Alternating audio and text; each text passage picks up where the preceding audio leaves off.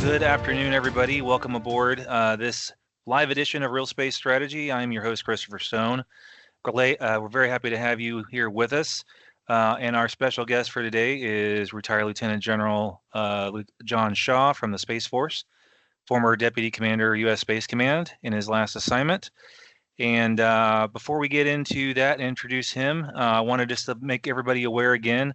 Real Space Strategy is a part of the National Institute for Deterrence Studies out in Washington, D.C., is where I'm located. And we have a lot of resources for anybody interested in learning about both space deterrence and warfighting, as well as other issues pertaining to our national defense. We have Global Security Review, which is an online journal that anybody can access. And if anyone wants to write a space article, you can always contact me through LinkedIn or my email address, and we can do that. We also have great authors that talk about missile defense, nuclear security issues, and all sorts of other topics regarding geostrategy, and as we'll talk about today, astrostrategy. One other person that does a good program is Peter Husey. He has some nuclear policy events that happen frequently. You can see that and many other things on our website, thinkdeterrence.com. Thinkdeterrence.com. So the way things are going to go, everybody, today is I'm going to introduce our guest here, General Shaw. We're going to have about a half-hour discussion, he and I. If any of you have any questions when we get to the Q&A period at about the half an hour point, feel free to put those in the chat. You see the little chat button above. Feel free to click on that, put your question in, and we'll see the question with your name. And I will ask those questions as they come in. And we look forward to the discussion today. Thanks again, everyone, for joining us. So again, my guest today is retired Lieutenant General John Shaw, U.S. Space Force. Thank you very much for joining us today, sir. Good to be here, Christopher. Awesome. So today we're talking about space as an area of responsibility, or as we call in the military sphere, the AOR. And a few years ago, you gave a pretty well-received speech at the Space Symposium in Colorado Springs that eventually became a journal article on why space had become not simply an area of functional support to terrestrial geographic commands, but also its own physical area of responsibility in its own right. So to get things set up for everybody, would you give us a quick summary of what you said in that speech and why you decided to do an article on that? Yeah, sure. You're absolutely, Christopher. Hey, before I go, let me first say thanks for bringing me on the podcast here today, and thanks to you personally for your professional and your intellectual contributions to our discourse. The whole idea of this today, and I also want to approach it with a little humility and not hubris, is I want to share some ideas, things that I've thought about over the last few years, and they are probably imperfect, and so I hope the questions will be pointed and say, what about this or what about that? But I think the overall spirit is one of intellectual curiosity and original thinking, and we need a lot more of that than we currently have, given everything that's going on in the space domain today. And just so people know, I'm coming to you from South Beach in Miami, giving a talk later tonight at the beginning of the Miami Space Summit. So maybe some of the people on the net here will be here in Miami. I hope to maybe see you, but look forward to the discussion today. So now to your question, I think maybe I'll talk about the genesis of the idea, right? So I come in as the deputy commander for U.S. Space Command in end of 2020, and we're immediately thrust into this new combat command, still relatively young, right? It's only been stood up a little over a year after I got there. And we're looking at our mission statement, right, which is in the President's Unified Command Plan. So for those in the audience that don't know, the President annually or biannually, or maybe even once every 3 years, will publish a document called the Unified Command Plan. And it tells the combatant commands, under the Goldwater-Nichols construct, it tells the combatant commands what their missions are, and gives some guidance along those lines. Doesn't say anything to the services, it's just about the combatant commands. And so, Space Command's trying to kind of get going, at least our second version of it, because we had a U.S. Space Command that stood down in 2002, and then we stood up again in 2019. We're okay, how do we execute everything in the Unified Command Plan? What does it mean? And how does it mean vis-a-vis the other combatant commands and our services components and such? And one of the things that stood out in that unified command plan that didn't exist in the UCP guidance for the previous U.S. Space Command from 1985 to 2002 was this little clause that actually assigned U.S. Space Command an area of responsibility. Now that's been in unified command plans for what we call the geographic combatant commands, really since Goldwater-Nichols. And it tells your U.S. European Command, this is your area of responsibility. It tells U.S. Indo-Pacific Command, this is your area of responsibility. And they end up, when you put them all together, they're lines drawn on a map, and everything's covered by some combatant command on the planet. But now you have this new combatant command, and for the first time, we have a combatant command that's assigned an area of responsibility, but it's not on the Earth. It's not literally. It's not written on the Earth, right? In the Greek word geographic, right, means written on the Earth. It's in space, and the for those that aren't aware, what that AOR is defined as is U.S. Space Command is responsible for operations in the area defined by that beginning at 100 kilometers above mean sea level and extending outward indefinitely. That's the AOR that we were assigned. It's rather huge AOR if you want to do the math on that. And so what does that actually mean now that we're a combatant command? We have an assigned AOR. And what kind of combatant command are we? In joint doctrinal terms, I'll get a little bit technical here, but we just got to start that as the foundation. When Goldwater-Nichols was stood up and the idea of a combatant command was stood up, there were really two flavors. There was a geographic combatant command, I've already described those, and there were functional combatant commands who usually have much, much smaller assignments in the unified command plan. Basically, they're just told, they aren't given a geographic AOR, they're basically told, provide trans-regional support to all the geographic combatant commands. And if you think transportation command or cyber command, that's the idea of a functional combatant command. So trans-regional support to geographics and geographical combatant commands defined by lines on a map. But now you got U.S. Space Command. And what is that? Well, we started getting called the geographic combatant command because we now had an AOR. And that actually made sense in a lot of ways. There's now things that we're responsible for in that AOR that the trans-regionals have to support us. Maybe other geographics have to support us in a supporting way, and we'll conduct those operations. But it wasn't, geographic didn't make sense to me. It's a little bit different. And so we came up in the talk that I gave and subsequently a paper that we published, and maybe you can post that afterwards somewhere with the podcast, Christopher. We came up with the term astrographic, as opposed to geographic written on the Earth, astrographic written on the stars. And we're trying to draw what's really different. It is a little different. So the AOR in U.S. Space Command is the only AOR that touches every other AOR.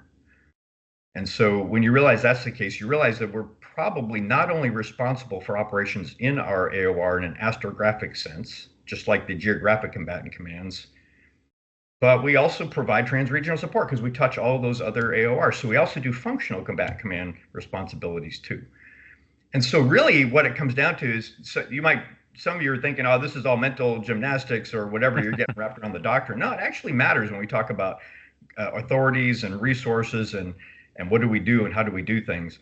We went down this journey of saying, hey, what does it mean to be an astrographic combatant command, where we have both responsibility for an AOR and we provide trans-regional support in much of what we do to the other GCCs. So we basically broken the mold. That functional and geographic don't make sense anymore for U.S. Space Command. And I would challenge, because it has come up, I would challenge anyone. It has come up at 4-star level meetings. They said, no, you're a geographic combatant command. You don't do functional stuff. No, we do. In fact, there may not be a combatant command today that does more trans-regional support than U.S. Space Command to the other combatant commands. So we meet that qualification.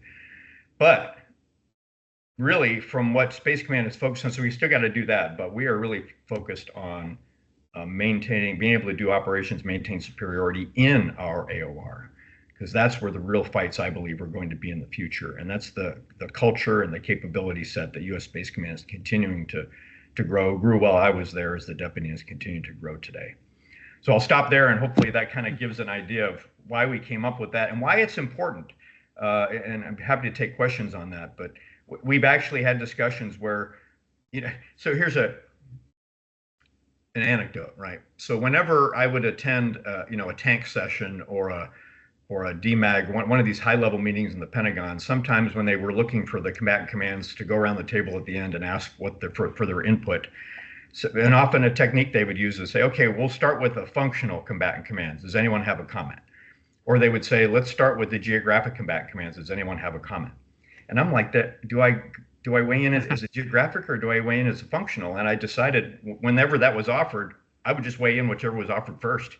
If it was a functional, I'd say space, we're both, so I'll come in now as a functional. If it was geographic, I'd say, well, we're geographic, really astrographic, I'm going to come in now. And that was just letting people know that culture is still there. If you're a geographic or a functional, and if you try to put Space Command in either one of those, you're in trouble. The more dangerous one actually is to still put us into the functional combatant command category, because then it sort of retreat to what Space Command was and just providing terrestrial support. I think the most important part is that astrographic AOR. That has to be the most important thing we focus on, because if we don't do that right, we're not going to be able to provide that regional support to other combatant commands. Right. So I appreciate that, because I was part of the team in the Pentagon back in 2019. I was helping with both establishment of the Space Force as a service and U.S. Space Command as a combatant command. And there's a lot of interesting historical bureaucratic drama behind all that, and I covered that in one of my previous recorded podcasts. But the thing I remember arguing for is, as you said, it is different. Saying you're geographic tries to lean into, you have a set area of responsibility that you are responsible for dealing with threats in. And for Space Command, that is 100 kilometers and up. Whereas the geographic terrestrial, as I like to call them, the terrestrial combatant commands, deal with the air, land, sea, undersea, and all the other stuff on Earth. Whereas while you're correct that we do have a functional role, Space Command has a functional role, it seems to me that from the original 2019 UCP, that Unified Command Plan you mentioned, the priorities were the space threat was the number one priority in getting after it. And then the functional stuff was toward the bottom of the list. It wasn't that it wasn't important. It was just not as important as its priority of trying to gain and maintain space superiority, which with Space Force coming online in sort of sluggish sense that it did, there really wasn't a whole lot of resources to get after that as well as one would want. But that's why those commands exist, to argue for requirements at the Joint Staff in the Pentagon and other places through their integrated priorities list. And it seemed like after General Raymond left and General Dickinson came in, who was an Army general from the Space and Missile Defense Command, which obviously being Army is all about supporting the land scheme of maneuver. It seemed, I noticed that the update that came about a year or two into his tenure had switched those priorities. So where instead of the AOR itself was not really as big of a priority as it was providing that functional support to the terrestrial force. And I was wondering, given space as a warfighting domain, as we've been seeing that for forever, it just seemed like a lot of those requirements for 100 kilometers and up were not really being argued for as well as they should. And I was just wondering if you wonder why that was. Was that because of the background of the commander? Was it because of a change in policy or something? But it just seemed that it was odd that all that work to create a command to deal with the space threat was all of a sudden now going back to its almost like its O2 incarnation. Yeah, I don't know if I would totally say that there was a flip, Christopher. There were updates to the UCP, and I was in all of those meetings where and they all culminate usually in a tank session. For those that don't know, a tank is a meeting with the chairman and the chiefs of the services and the combatant commanders, and very often you'll have a vice chief or a deputy commander sitting in there, or even the vice chairman chairing the meeting, depending on who's available. But those are tank sessions. I was in those meetings when we looked at the UCP rewrites and the discussions we were having. And the philosophy there wasn't one of like you laid it out, of changing priority for U.S. Space Command. It was more about normalizing what an astrographic, I guess I would say, what an astrographic combat command should be doing. And so there were some changes to some of the UCP language, and we really can't talk about the exact language in this forum here. Correct. That kind of changed the way we look at joint training, right? The original one was written that the U.S. Space Command would have a major role in joint training, and that was kind of relaxed a little bit. We'll provide requirements for joint training, but those will be conducted by services. That kind of made a little bit of sense. Trying to remember what some of the other changes were. Doctrine. We'd had a discussion with the joint staff, with the J7, the joint staff that elevated up to the chairman, about how do we do space doctrine. And one, was written that originally because the UCP came out before there was a Space Force. So it kind of leaned into U.S. Space Command, writing space doctrine. Well, now we have a Space Force. So you have to ask the question, shouldn't the Space Force be writing doctrine? Of course they should be writing service doctrine. Absolutely, right? That's what all services do. Should the Space Force or Space Command write joint space doctrine? Good question. I actually came down, just so people know where my opinion was, I came down, by the way, it all centered on 3-14, which is the joint pub for space operations. Right. And I kind of changed the argument a little bit. I said, the problem isn't who should write 3-14. The problem is one joint space doctrine pub enough to cover the space joint force? And I argued no. And I proposed, just as an idea, and is that, and by the way, we still just have a 3-14 today, but if the joint staff stays on the trajectory that we agreed to, there will be more space joint pubs in the future. And I think Space Force is the one that should write a joint space superiority pub, because they need to be the ones that are all about the AOR. Space Command, on the other hand, might be the one to write a Space Command and Control joint pub, perhaps. On how do you do command and control that might involve capabilities of other services or government organizations or such. That would be an example that may be Space Command. By the way, combatant commands do write joint doctrine. There are a lot of documents, about a third of them, I think, of all the joint pubs are written by combatant commands. And so that's not an outlier. That's actually the norm. What's the right way? In the end, it should be which organization is maybe best postured, gives us experience and such to write and to be lead. It's not just to write it, it's just to be the lead.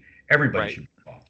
So I kind of went down the doctrine trail. So those were some of the discussions about the UCP change. There was never a discussion of deprioritizing the AOR language. That would have been, I would have really come on hard on that one, I think General Dickinson would have also. I don't want to speak for him, but he was pretty jealous of the AOR. He loved he called it, he took our words my words that I had in the talk and we put into the paper with a couple of co-authors, and he started saying astrographic AOR. He talked about it and how we're unique. So I think maybe the other thing to look at is, you mentioned it, Christopher, one should always look at what's in the U.S. Space Command integrated priority list. And people don't know what that is. It's an annual list that the combatant commands are required to send to the SecDef that says, here's my priorities, what I need in order to make my plans close, and the capabilities I need in order to be able to do what you asked me to do in the face of certain threats that we have. And I should probably go re-look it now, but as I remember, the enterprise IPL is how we call the acronym. The first couple years that after Space Command stand up, right, and when it stood up, I was actually out. When Space Command Space Force stood up, I was out at what was then 14th Air Force out of Vandenberg. I was 14th Air Force Commander, which we promptly changed the name of that command after Space Force became about. But I think the first couple of years, the number one priority was space domain awareness, if I remember correctly, both with General Raymond and General Dickinson, first 2 to 3 years, because we just did not have capabilities to understand what we needed to get done. But always, like in 2 and 3, were space command and control, our ability to actually integrate and send orders and such to all of those forces It's something that we were not happy with with the capabilities we had. And then there was always about space effects. It was always one that would be in that top 3 or top 4.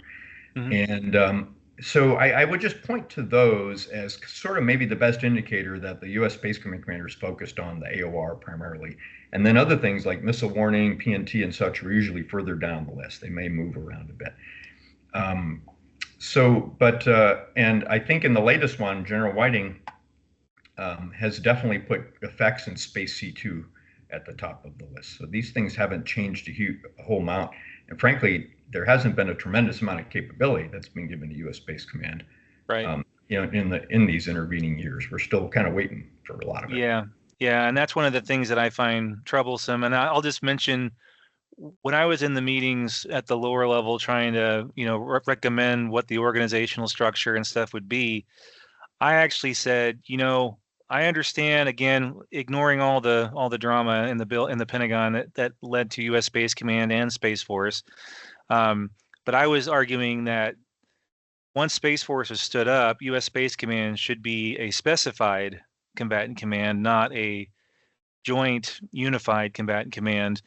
And for those that may not be familiar with that, a specified command is one where a single service command, like back in the Cold War, Strategic Air Command was a specified command that was responsible for the majority, 2 out of 3 legs of the triad, and they would partner with the Navy on their subs and stuff. But for the most part, it was an Air Force major command and a specified command. And I thought that since the Space Force would have the preponderance of space capabilities, at least with the original plans for moving things out of the other services before some other compromises happened and that a bunch of that got held back, was that a specified command would be the best option. And instead, we ended up getting, as was discussed here, a geographic combatant command, or astrographic, as I prefer to say, like you do. And it had an air component, a land component, a maritime component, and ironically, a space component in U.S. Space Command. And in my view, I thought we really don't need air, land, and sea components, because it's not based on our AOR. AOR does not have air, land, and sea in it. It has orbits and equipment and Lagrange points and things of that sort. So rather than structure it that way, use current doctrinal terms, to use doctrine again, best practices of the supporting command structure. So instead of needing an air component for Space Command, if the threat's coming from China, then the Indo-Pacific air component could support Space Command in whatever air-related issue they needed, or same with the Navy and things of that sort.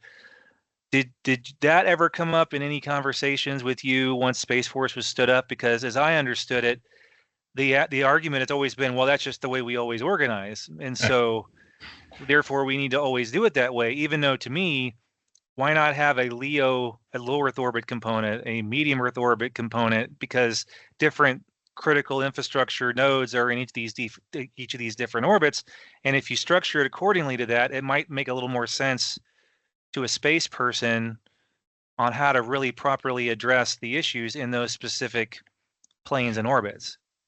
Hey, I think that's actually a great question, and I'm going to double down on your intellectual daring here in a moment.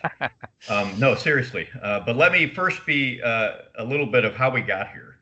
And I noticed that I think Mike Carey has a similar question you just had in the chat. And if that's the Mike Carey I know and love, it's great to see you, Mike. Thanks for listening today. You can correct all my mistakes later. Hey, so there we are, right? This is actually before I moved to 14th Air Force. I was the deputy commander of something called Air Force Space Command that General Raymond was the commander for. And we've been told by the President Trump, you will stand up a U.S. Space Command, which, by the way, just so we all remember, the executive branch could do. It did not require legislative action. A Space Force absolutely did. There's a difference there, a branch versus a combatant command. But the executive branch could establish a combatant command. And we actually started to say, okay, what kind of command are we going to be? Are we a sub-unified to strategic command? That's another kind of command, right? Like U.S. Forces Korea is a sub-unified is a joint sub-unified command to Indo-PACOM. Are we a stand-up full up combatant command, or are we a specified command? We actually talked about that. Very quickly, we had to, at least in the near term, we had to rule out specified command because there wasn't a Space Force yet. And the only way we were going to get people to come and be part of this command, and that eventually was going to be, hundreds of civilians and military members, was going to have to be with the other services. And so so when Space Force stood up, and that happened first, right? When Space Force stood up, you could have made the case, hey, maybe do we transition U.S. Space Command to a specified command? That could have been asked. But then Space Force's just has very few people, and we really just needed people. That was one of the things. So that's just a reality check. And I have to give credit. I remember us standing up or now going to the services. Hey, please send us some bodies. And Stratcom had to decide how many billets it wanted to cut off of Stratcom and send to U.S. Space Command. And there was discussions, friendly discussions about that. But there were discussions. How much? And then validation of joint billets in the command, who was going to fill them. I have to give credit to the Army. They actually leaned in hard. That might be one thing that maybe some people see today when they look at U.S. Space Command. There's a lot of Army folks there. It's a legacy of the Army leaned in hard to give us people when we needed them. Yep. So I just want to say that's how we started. I mean, that was just practical. Where are you going to get these people? There. So now let me talk about so another part of your question is, okay, you're going to say, all right, Shaw, I get all that, but we're our AOR. Why shouldn't we be transitioning to a specified command? Do we really need those other service components? And here's where I'm going to get a kind of start to stretch the intellectual argument here. U.S. Space Command relies actually fairly heavily on the other services right now, particularly for, and I'm going to choose my words carefully here, particularly for terrestrial-based electronic warfare and terrestrial-based directed energy. Yep. The lion's share of those capabilities today are not in the Space Force. They are in the other services. Yep. That's just a reality check. And by the way, that market share is growing, meaning the Army is deploying more capabilities that have the ability to reach into the U.S. Space Command AOR. The Navy is deploying more capabilities that have the ability to reach into the Spacecom AOR. And so that's just a reality check. I actually, very controversially, by the way, at a Antares session. Antares is the conference where Space Force and Space Command get together once or twice a year. It's kind of like a Corona maybe for the Department of the Air Force, but it's just when we get together. And I suggested almost flippantly a couple of years ago, like, hey, maybe the Space Force should divest of all its terrestrial space electronic warfare and just focus on the in-domain stuff, because it's already starting to shrink in terms of market share. And the Space Force didn't like that very much, but I thought it made sense as at least an intellectual argument to start asking, where should you put your limited resources if the other services are investing heavily? Now, here's where I'm going to get, here's where I stretch for you, Christopher. Let's now talk reality check. Those terrestrial-based capabilities that I mentioned, electronic warfare, directed energy, and there may be some other kinds of capabilities at some point that are based terrestrially and then maybe fielded by other services, they don't reach that far into the space AOR. That's the reality check. They don't reach that far.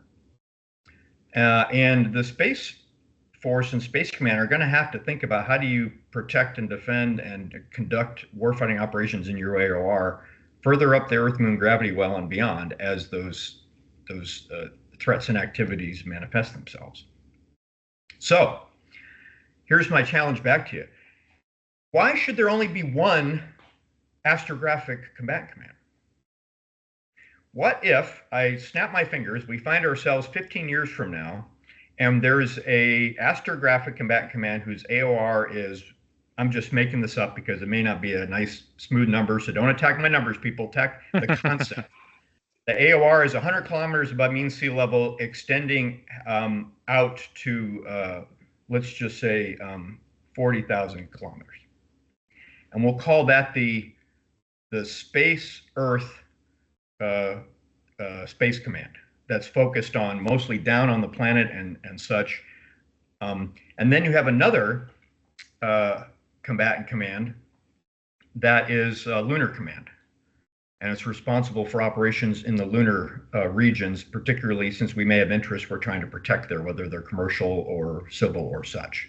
Mm-hmm. And then you have another one that is just Blue Space Command, and it's the spaces in between and beyond. How do you organize those?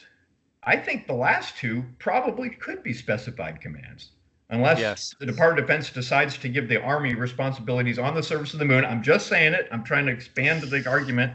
Yeah. Then maybe it's the Joint Command with just two components. Maybe you don't need to do that. Maybe it's the Marine Corps, not the Army. I don't know. Or it's space.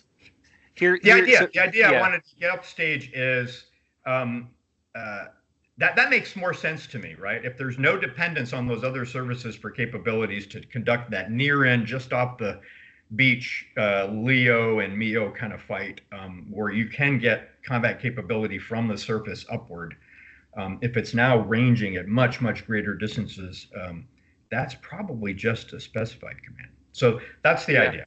I agree with that. I'm just trying to do something near-term realistic before I got into the far end. But I actually agree with you that my idea would be there would be like a cislunar component, a lunar component, and an Earth orbital component underneath a larger U.S. Space Command that would be specified. And all those terrestrial stuff, whether it be EW or anything else that's more defending against overflying vehicles, could be sort of a space defense artillery sort of role versus a counter space role. And therefore other services could have that if they want to. But, that's something that I haven't quite published yet, but I am thinking about that. So here's one quick question before we get more into this and we open it up to the folks. And Jim, by the way, FYI, it might just be the way I was brought in today, but I don't see anything in the chat. So you may have to read the chat questions, or General Shaw might have to when we get to that here in a few minutes. But here's my last question before we open up for Q&A. You mentioned earlier that we really haven't been getting that in space superiority weapon system capabilities that I've been arguing for years. And I understand the need for other stuff like space domain awareness and the ability to track and target and all that. But with the Chinese rapidly developing actual shooter capabilities, why can't we walk and chew gum at the same time with this kind of an issue is kind of my curiosity to you at this point. First, let me say I kind of like the last argument. I kind of like your approach. That might be how we actually evolve. We have a singular combatant command and then some sub-unified commands, some of which, or one of which maybe only could be joint, but the overall combatant command maybe transitions to a specified command. I think that's a very possible future, and it's great. I actually think our challenge is even more complex and demanding than even you laid out. We need not only, and I've written about this also and talked about this, we need not only the ability to have effects in the space domain. I think that's what you were talking about. But we also have to have a supporting logistic structure and a sustained mobility capability in the domain that we do not have. Right. And I've talked a lot about this. That could maybe we should do another session just on that because we can't cover it today. But the fundamental idea there is we still send up platforms today like we did in the 1960s. They go and they spend most of their time in singular orbits because they have all the fuel that they can use for an entire lifetimes on the satellite. They don't refuel. And the lifetime of the satellite is usually measured in years. When you combine both of those things, you suddenly have to be very, very stingy about how you use your maneuverability. And so we're really conducting positional space operations in everything that we do, with only a modicum with some things of just a tiny bit of maneuver. And we're fooling ourselves if we think that if they're not shot at. We see the Chinese developing an onboard logistics infrastructure, which is a whole nother subject and such. And so I would double down on your thought. We're probably not going hard enough on effectors and I think there'll be more talk about that in the next few years, but the supporting infrastructure that really enables it to attain space superiority. Yeah, I agree. We just, that's why whenever I see some arguments about, we need to find efficiencies and cuts. Space Force to me is one of those that was created lean, a little too lean. I use the term anemic, frankly. That is just, it's not equipped. It doesn't have what it needs to do its mission. And we can't just assume that the next 2 to 3 years are going to be, that we're going to have that much breathing space to figure it out. That I'm hopeful that with the new Congress and new administration, maybe we can try to find a way to expedite that. But let's open up to some questions. Jim, are you able to see any questions on the chat? Because I don't see any. I do. General Shaw, do you see the one from Aiden Poling? I do see that one. Okay, so I'll let you go ahead and read them, and I'll keep posting across. I've got one of my own. All right. So I'm sorry you can't see him, Christopher, but I can. By the way, those are the only two I see. So if someone else has put one, I don't see it. I only see Mike Carey's and now Aiden Polling's. So Aiden's asking for those. I guess I have to read it for you, Christopher. Probably everybody else might be able to see it. Space is frequently seen as an offense-dominant domain, given predictability of orbits, etc. Do you see that remaining the case, or are there some potential shifts in technology that could make it more defense-dominant? I actually just kind of talked about that. So yeah, I absolutely do. Aiden, the only reason it's offense dominant is because we're conducting positional space operations. We put satellites in predictable, that's the beauty of Kepler, is also its greatest curse. Okay? The beauty of Kepler is, imagine this, you can put something into into an energy stable orbit and just leave it there, and it's going to stay in that orbit.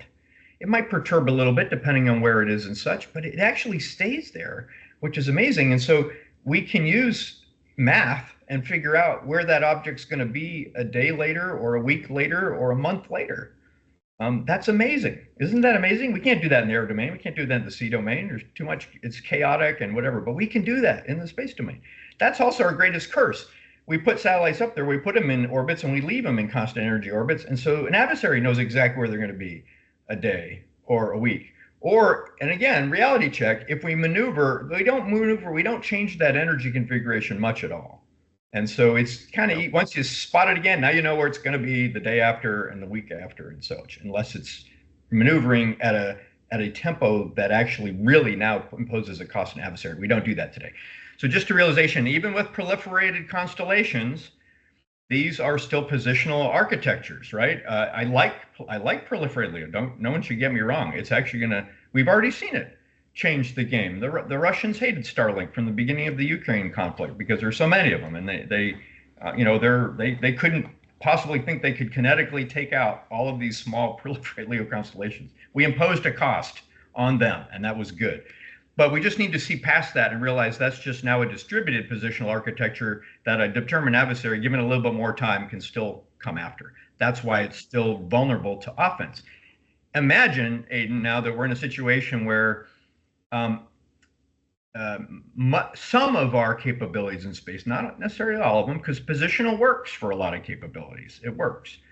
But some of our capabilities can change that equation and maneuver frequently, and are either have short lifetimes, so I can replace it with another one very quickly, or they refuel, or both.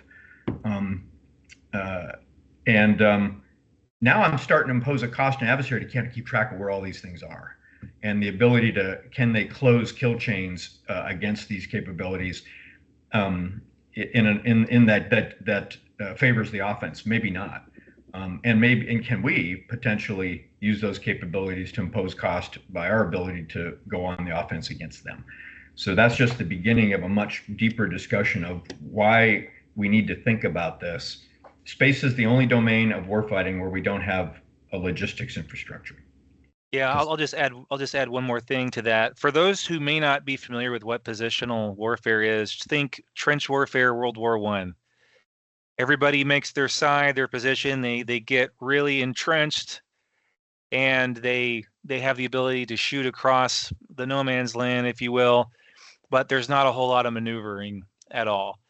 I would say that we're in a positional warfighting situation where, unlike the trenches at least had machine guns and cannons.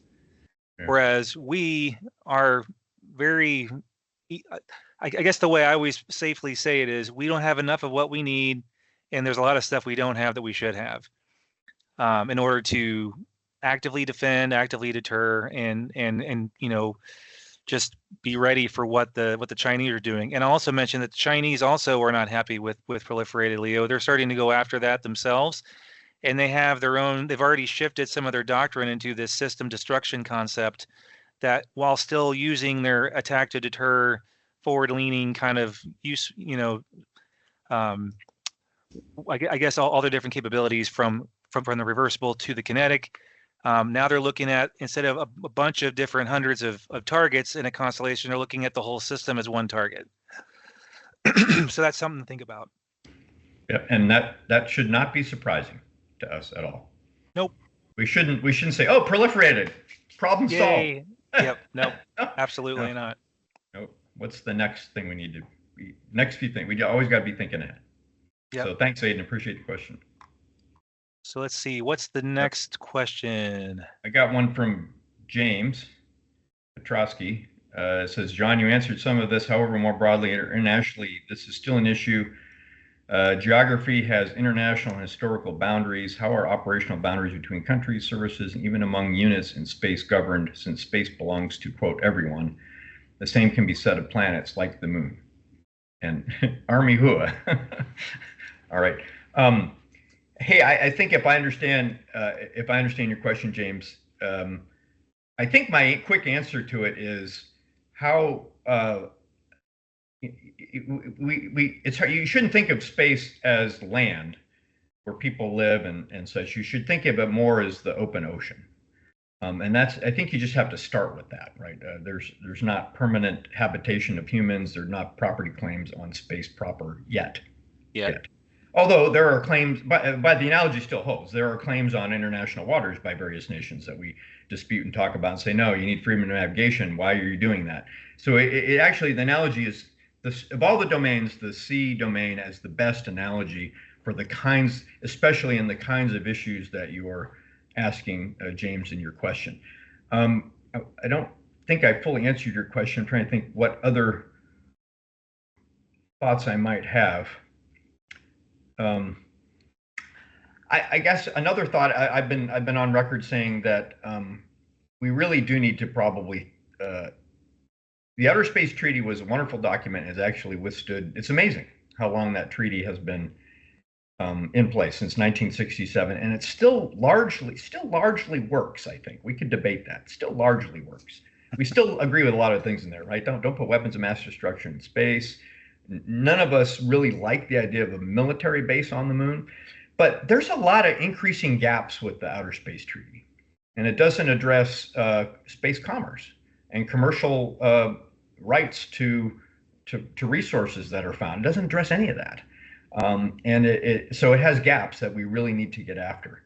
And so I guess what I'm saying, James, in a roundabout way is, as we start to ask the questions about how should there be governance or agreements in space moving forward that incentivize economic investment, incentivize the humans to move forward, rather than saying, oh, we can't do any of that because the treaty says we can't do it. That latter part is the wrong mindset.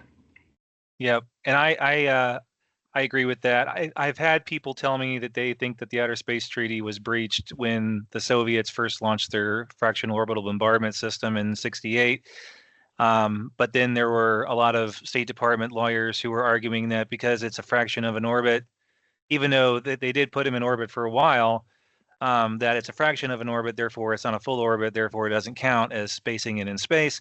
Yeah. And there's even some who have been arguing that even if you put it in orbit temporarily, that might not violate the treaty with basing, even though I don't remember the language being that loose. But anyway, I do see another question, unless you had something else to add there before I go on to the next. The other thing we should all realize, I think sometimes there's perception among people that treaties are inviolable and permanent. They are not. They're agreements. And as soon as someone doesn't, a nation doesn't feel like it's in their interest anymore, they will withdraw from a treaty. Yep. So I guess the more provocative question could be, should the U.S. I hope this is context, everybody. Don't go quote me on this, is that I'm recommending it. But an interesting intellectual question and debate would be, should the U.S. withdraw from the Outer Space Treaty? Just as and then propose something else to replace it. We could. Yeah. I think some, in a de facto way, some maybe have. And so but that happens with treaties. Yep. Rare that treaties last a really, really long time. Right. Now, speaking of space in a different kind of avenue, I have a question from Peter Garrettson. You're probably familiar with Peter Garrettson. Yeah, Pete, good to see you. Thanks for tuning in. He busy asks. Guy. I'm glad he took time out to listen. Yeah, he is. He writes the latest National Planetary Defense Strategy tasks U.S. Space Command and Space Force, and the latest cislunar implementation plan makes DoD the lead for space domain awareness for planetary defense. And China is recruiting a planetary defense force, and because a small asteroid has a non-insignificant chance of striking Earth, because planetary defense also pushes deep space domain awareness, and also space maneuver and logistics and effectors. What is the DoD way forward on planetary defense? Or I'll just add in addition, what do you think it should be, since you don't represent DoD anymore? Yeah. Hey, so I'm actually a big believer in planetary defense. In fact, I will let the audience know here that it hasn't been formally announced yet, but I expect to be delivering a keynote at the International Planetary Defense Conference in May, because I feel pretty strongly about it. It's something we really need to put a lot more brain power on than we are, and more than brain power, muscle power and money power. And so usually and Pete, you and I have talked about this, so you're just wanting me to talk to everybody else. Usually where I go with this is who should be responsible for planetary defense against natural threats that could be extinction level events, let alone really catastrophic. Right now, NASA has the lead, but NASA would tell you, they're the first ones to tell you they don't have the capability to actually execute a lot of the scenarios that would be required in the face of a planetary defense threat. And that's ranging anything from what's been in the news lately, the 2032 city killer, which as threats go, it's smaller, but it's still, if you're in a city that it might land on, that's a big asteroid to you worry about that, to much larger threats that could be, again, extinction level events for the planet. So how do you do it? The Department of Defense has to play a role of some kind. I don't see how you could possibly leave them out. It's the largest piece of the executive branch. It can carry out complex logistical operations. It has lots of collateral capabilities that can be brought to bear in terms of awareness and such, let alone primary capabilities that can be brought to bear. And if some of your remediation or your ways to get rid of a threat involve, for example, a nuclear weapon, that may be efficacious in certain instances, may not be the best one or the first one we go to, but it could happen. So anyone who would say that we don't need the DoD to planetary defense clearly does not understand the scope of an operation that we require to get it done. So I hope I answered what's the DoD's actual way forward?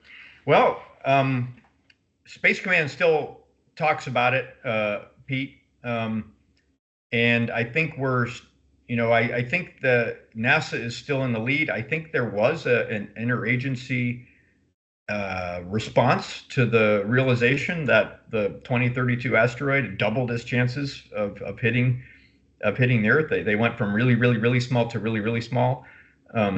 But there was an interagency response, so that was active. If you didn't know that, then you should be grateful about that. I don't think I could say much more about it, but I think he added a link in the chat of which I think is that 2023 preparedness action plan for near Earth object hazards, and an implementation plan for cislunar from the last administration is what he posted for everybody's information. Looks like.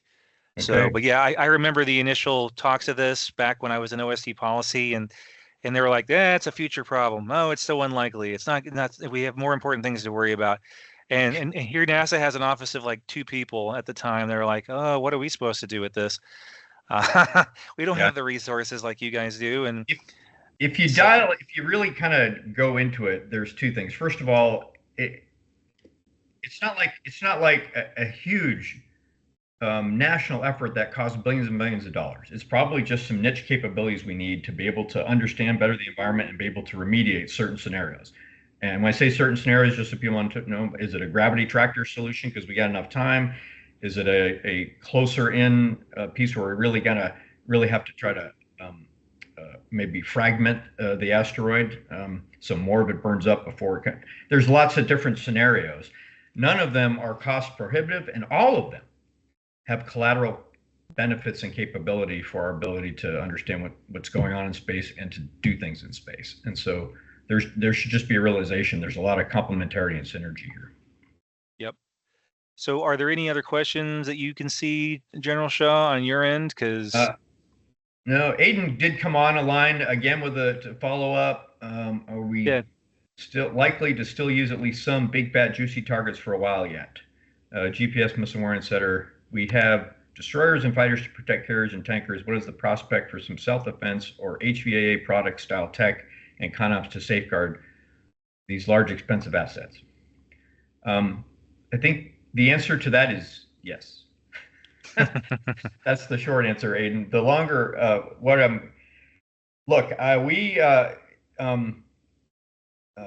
going to leverage. Here's what's going to happen.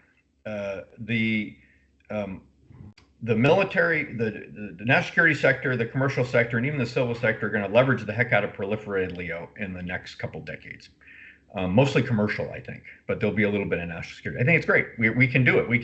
It's cheap to launch satellites. We can cheaply make small satellites now. This is a whole nother discussion of where we are, but that's why that's going to be attractive. But we shouldn't think that the future is solely LEO. It is not. We're going to continue to do things in MEO. I think you'll see more commercial investment in MEO as well as national security investment in medium Earth orbit. GEO is not going to go away anytime soon. Now, the mission set and the market share and such things from a commercial, national security, civil is going to shift. And I'm not really sure how that's going to shift. I think about it a lot. I think you'll still always have broadcast comms in GEO for lots of disadvantaged users and such, right? For example, for a while to come. I think we'll have a lot of sensors in GEO that are staring down. So kind of back to your question, Aiden, but then I think we'll be more sophisticated about their ability to avoid attack and impose a cost on adversary. And we also won't rely exclusively on that segment for national security purposes. It'll be part of a layered capability. In some ways, they can be bell ringers. What I mean by bell ringer is that's a nuclear term, right? If it's an indication that an adversary is about to come after you, and it kind of gives you an indication of warning. Some of our radars that we have downrange that are meant to detect ballistic missile launches. If an adversary takes one of those out, that's a bell ringer. Oh, now we can go to a whole nother alert posture and do things differently. So I don't want to dismiss the vulnerability of larger platforms. By the way, some platforms will have to be larger by the pure physics of what their mission is. There's some things you can't do in a really, really small satellite, physics-wise. And so I think what we'll do though is there'll be what has not been done to date, and we will see in the future, is they will be thoughtfully integrated into a defensive architecture of some kind. Yeah, I'll just add one other thing. I've always, at least recently, I've been advocating for a multi-layered approach to a lot of different things. For one reason is, a lot of countries may not have the ability to range all major orbits, like out to GEO, 22,000 miles plus, or MEO, but they sure can get low Earth orbit because it doesn't take a lot of rocket power to get there. So if you have sounding rockets or even some basic missile capability, and you have enough, targeting and guidance ability, you might have the ability to have a nascent ASAT capability for low Earth orbit. And of course, low Earth orbit is a pretty big area. There's lots of altitudes and different things that you can do to exploit that area. And it's, a lot of people are launching a lot of stuff there.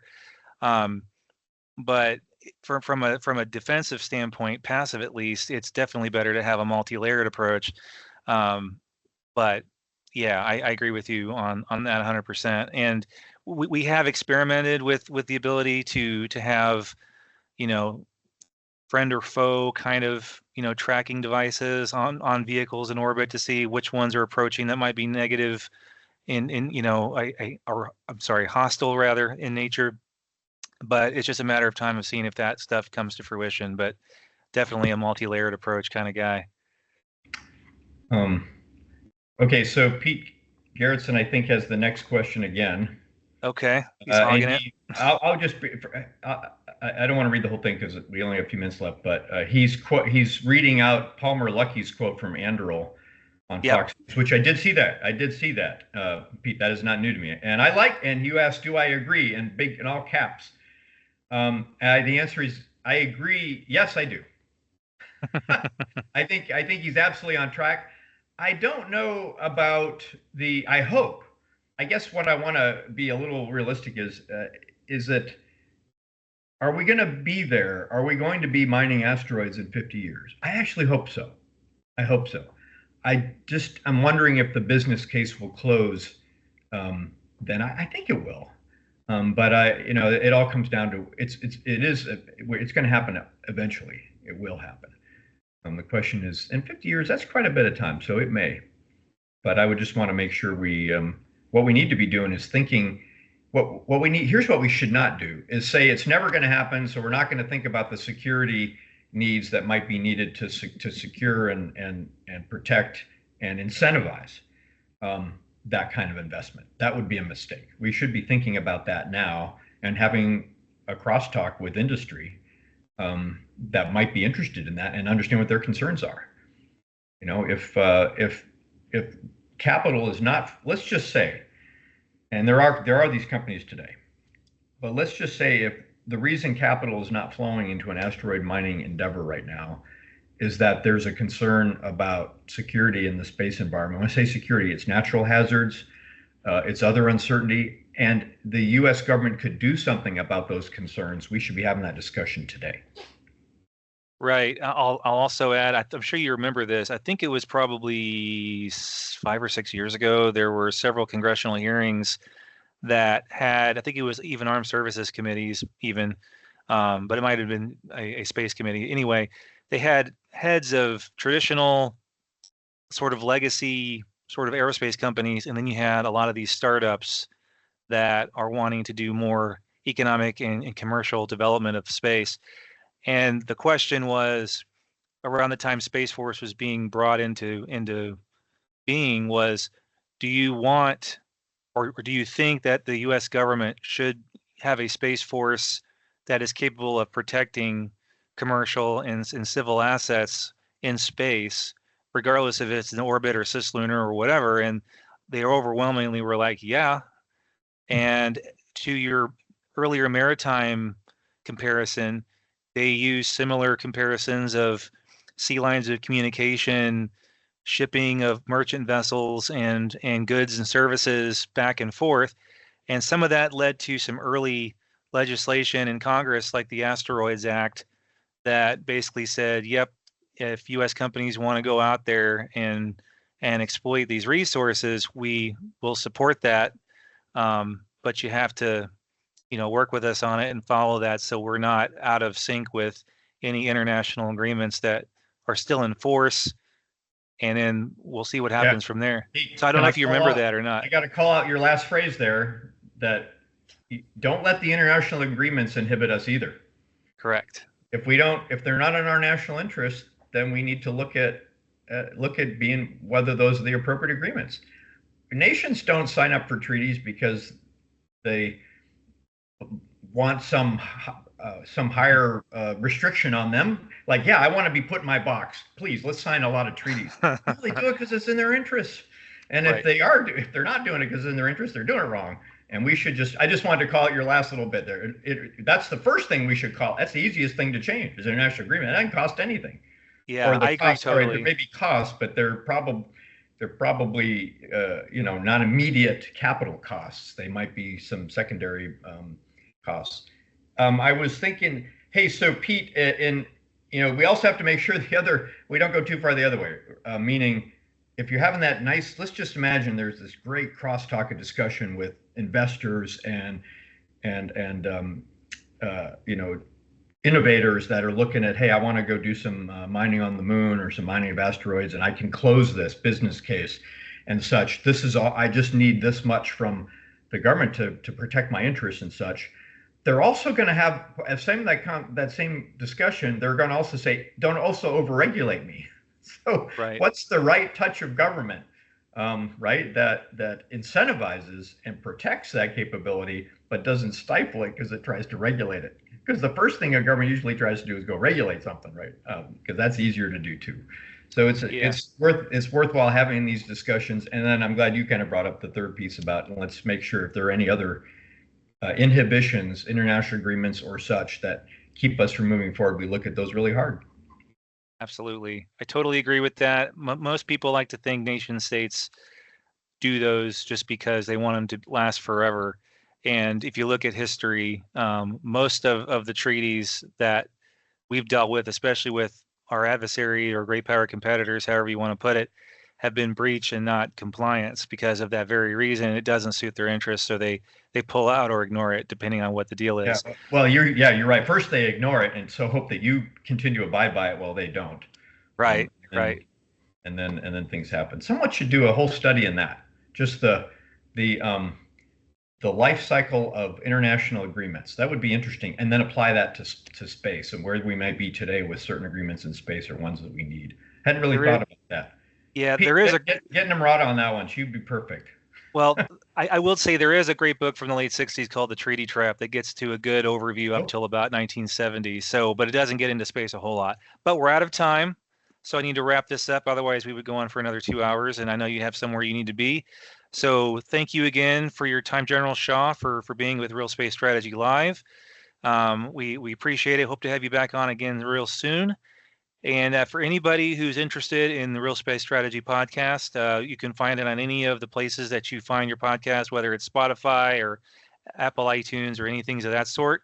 Also, again, a reminder, thinkdeterrence.com has a link to all of our other resources, our journal, as well as other events that are happening in various levels of security, nuclear, space, and otherwise. So for NIDS and Real Space Strategy Live, Christopher Stone, thanks everyone for joining us today.